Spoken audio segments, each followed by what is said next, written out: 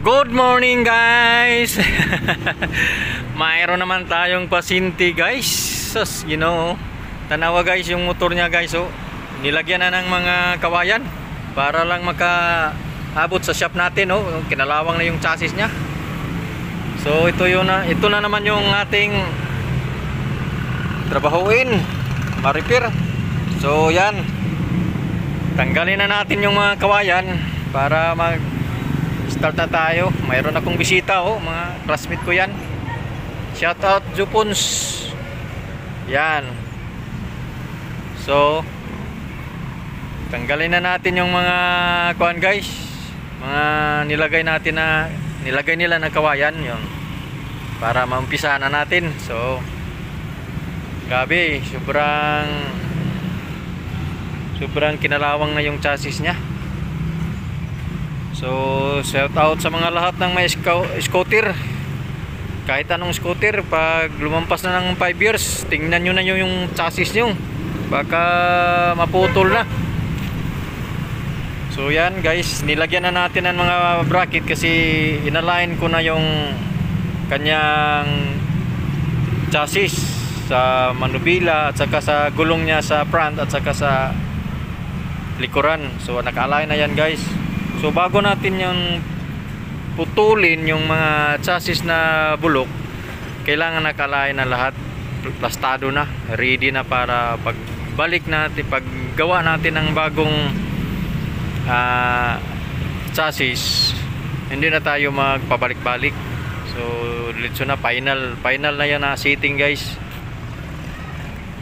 So yun, prepare na tayo. So yan guys, pinutol ko na yung chassis at saka nilagyan ko na ng tubo. Makapal yan na tubo guys, kaya drilling pipe yan guys.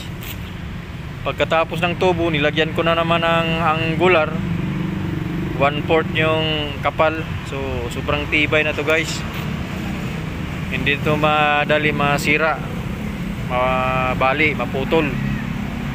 So yung yung trabaho natin, hindi tayo basta-basta na pira lang yung habol natin. Kailangan patibayin natin yung ating mga gawa para mas maraming customer na dumating.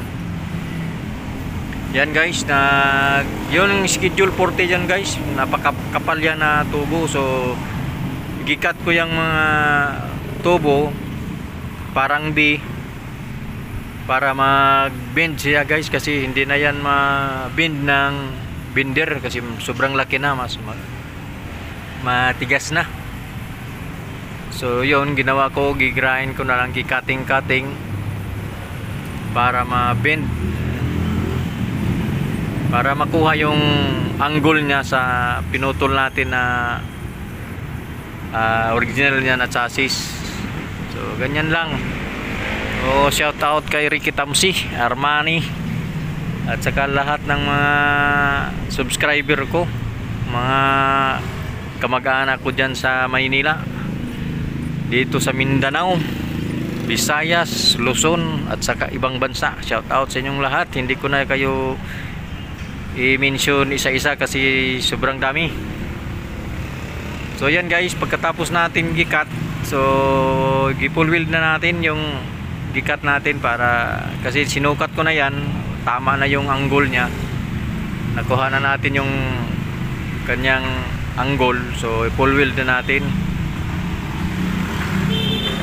yan guys. Kailangan naka-penetrate yung welding natin kasi hindi pwede na sa surface lang yung welding, kailangan naka-penetrate sa ilalim. So yan guys, tapos na. So hindi ko na napakita yung kabuuan na video kasi nagmadali ako, at saka nalubat yung cellphone ko, hindi ko na malaya na lubat na pala.